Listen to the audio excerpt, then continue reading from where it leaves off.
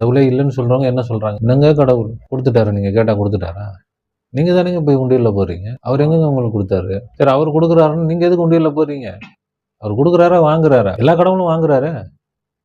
எந்த கடவுளுமே கொடுக்குற மாதிரி தெரியலையே. கடவுள் கொடுக்குறாருன்னு மறைவா, அது கடவுள் கொடுக்குறது மறைவா இருக்குது. மனுஷன் கடவுளுக்கு கொடுக்குறது எல்லார் கண்ணுக்கும் தெளிவா தெரியுது. முஸ்லிமும் பள்ளிவாசல்ல கொடுக்குறாங்க, இந்துக்களும் கோயில்ல கொடுக்குறாங்க, கிறிஸ்டியன்களும் சர்ச்சில் கொடுக்குறாங்க. எந்த மதத்து ஆளுங்களும் அவங்கவுங்க எல்லாம் கடவுள் கொடுப்பாருன்னு சொல்லிட்டு மனுஷங்கள்ட்ட தான் என்ன செய்றாங்க, வாங்கிட்டு இருக்கிறாங்களே.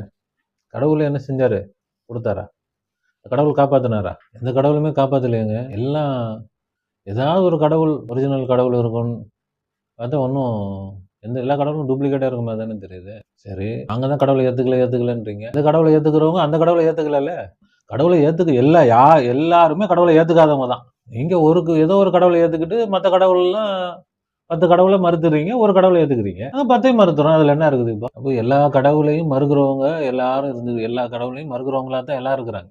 ஃபுல்லா கடவுள் மறுப்பாளர்கள் தான் நிறைய இருக்கிறாங்க. அப்ப ஏன் இவ்வளவு பிரச்சனை? கடவுள் நேரடியா வரல. அதான் சண்டை. முஸ்லீம் இந்து சண்டை, இந்து கிறிஸ்டின் சண்டை, கிறிஸ்டின் முஸ்லீம் சண்டை, எல்லாம் என் கடவுள் பெருசா, உன் கடவுள் பெருசா. அப்புறம் ஒவ்வொரு மதத்துக்குள்ளேயும் முஸ்லீம் நாங்களாம் களிமா சொன்னவங்க, முஸ்லீம்கள் மட்டும் இல்லையா?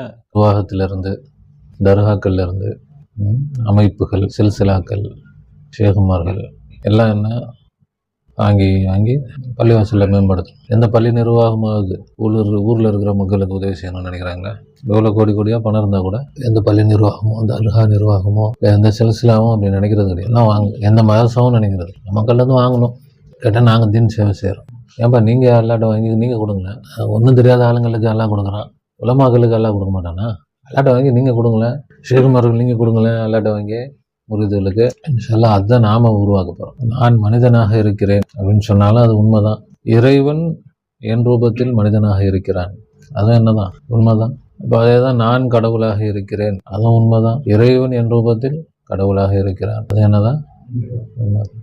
அந்த இறைவன், எந்த இறைவன் மனிதனை படைத்தானோ அந்த இறைவன் தான் கடவுளை படைக்க போகிறான். அல்லாதான் கடவுளை படைக்க போகிறான். படைப்பு தான், நம்ம என்னதான் படைப்பு தான். அதனால் படைப்போடு படைத்தவன் உண்டு.